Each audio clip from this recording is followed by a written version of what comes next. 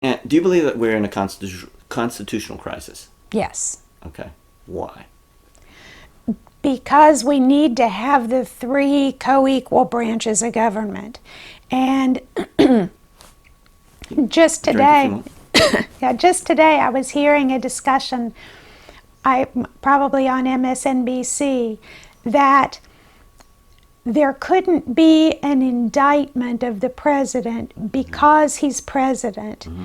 And then the White House says that the Congress doesn't have the authority or the right or the ability to investigate. So if they can't indict because he's the president, but they can't investigate the president, then that by definition means he's above the law. And that's not what our country's built on. So there has to be, I'm encouraged by the fact that the Senate has the one committee that's going to subpoena or call Donald Trump Jr. So there is some movement by a Republican-led group to hold somebody accountable. I mean, I'll kind of believe it when I see it, when they have him and what kind of questions they ask or how it goes. But yeah, just the idea, you know, if you got arrested for a crime, mm-hmm. I don't think they'd go through a lengthy process of asking you what things you're willing for them to ask you about. Would they? Probably not. Probably not. And it always amazes me, not just with the president, but with lots of well-placed people. There's this negotiation about what they're willing to talk about. You know, what's that about? You know, that gets to the whole area of criminal justice reform and the widening gap between the haves and the have-nots. And if you have money, the criminal justice system works differently for you than it does for the people who, there's a lot that.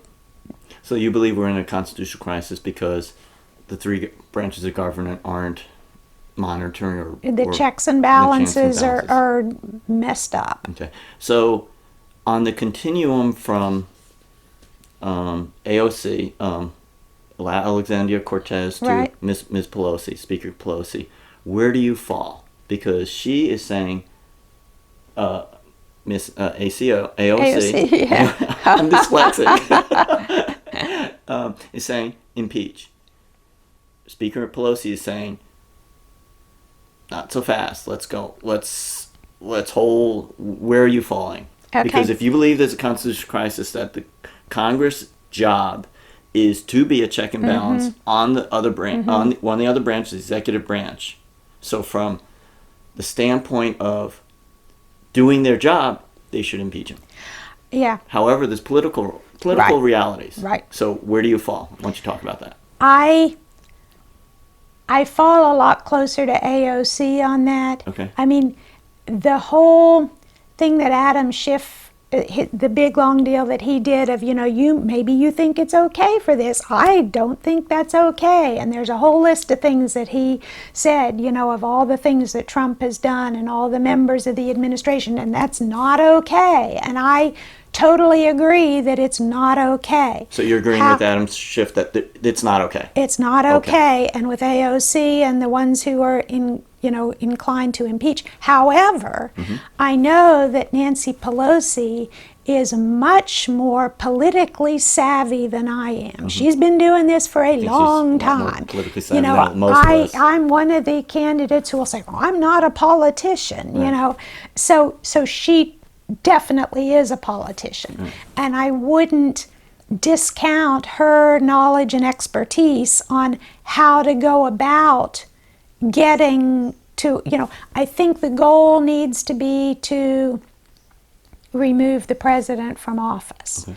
I don't think that just defeating him in 2020 is right. I mean, in my mind, I think, okay, so 50 years from now when we look back in history, okay. I don't think it's right for Trump to have the same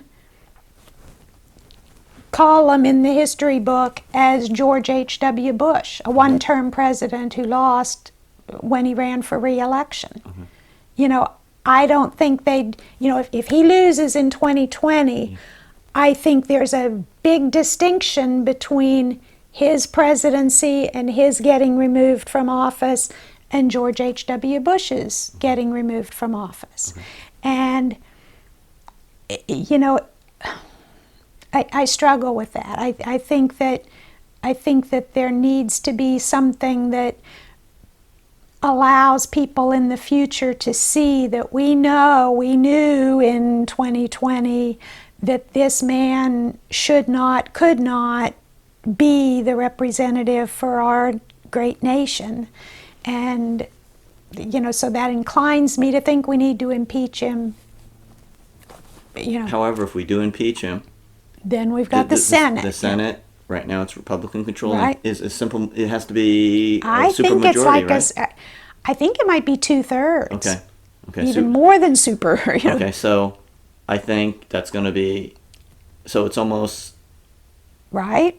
Yep, and that's what Nancy Pelosi knows, and Chuck Schumer knows, and so I would probably defer to the politicos on what the path forward is, but there needs to be some path to remove him and make sure there's a big black mark by his name in history.